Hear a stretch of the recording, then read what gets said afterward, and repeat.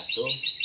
Pagi hari ini kita akan berbagi atau sharing pengalaman tentang kisah inspiratif salah satu anggota dari Camp Bebas Riba Indonesia Semarang. Beliau awalnya kena 70 titik pinjaman online. Dari 70 titik pinjaman online, alhamdulillah selama 1,5 tahun bisa terselesaikan. Nah, caranya gimana? Karena beliau adalah seorang guru. Seorang guru pendapatannya sudah jelas. Cara yang pertama yang dilakukan yaitu beliau adalah taubat. Jadi beliau melakukan sholat taubat, muhasabah, mengakui bahwa dia sudah melakukan kesalahan. Setelah sholat taubat, beliau memperbaiki ibadah sholatnya.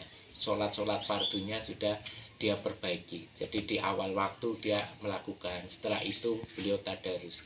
Yang berikutnya beliau jujur pada suami. Karena dari 70 tempat itu dia tidak jujur pada suami, dan suami tidak tahu bahwa dia punya pinjaman online sebanyak itu.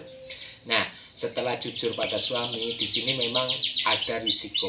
Suami pasti akan marah, akan mungkin ekstrimnya mutung, tapi alhamdulillah setelah proses itu dijalani, akhirnya suami mensupport, membantu untuk proses penyelesaiannya.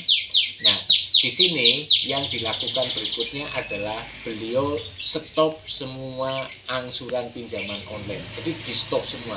Risiko dari di stop, maka DC akan semakin banyak yang nagih.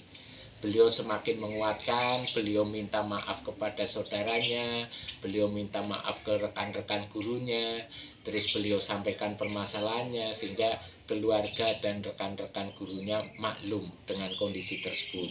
Sehingga pada saat temannya, saudaranya diteror, mereka juga sudah paham kondisinya, tidak ikut membuat panik kondisi beliau. Nah, setelah itu uang dikumpulkan, lunasi satu persatu. Nah, di proses lunasi satu persatu kekuatan mental sangat penting karena di sini secara sistem pokok, bunga, denda itu naik. Nah, bagaimana kita bisa nego di angka pokok? Nah, kalau pinjaman online setelah macet 3 atau 4 bulan itu sebenarnya nego kita di angka pokok itu sangat-sangat memungkinkan.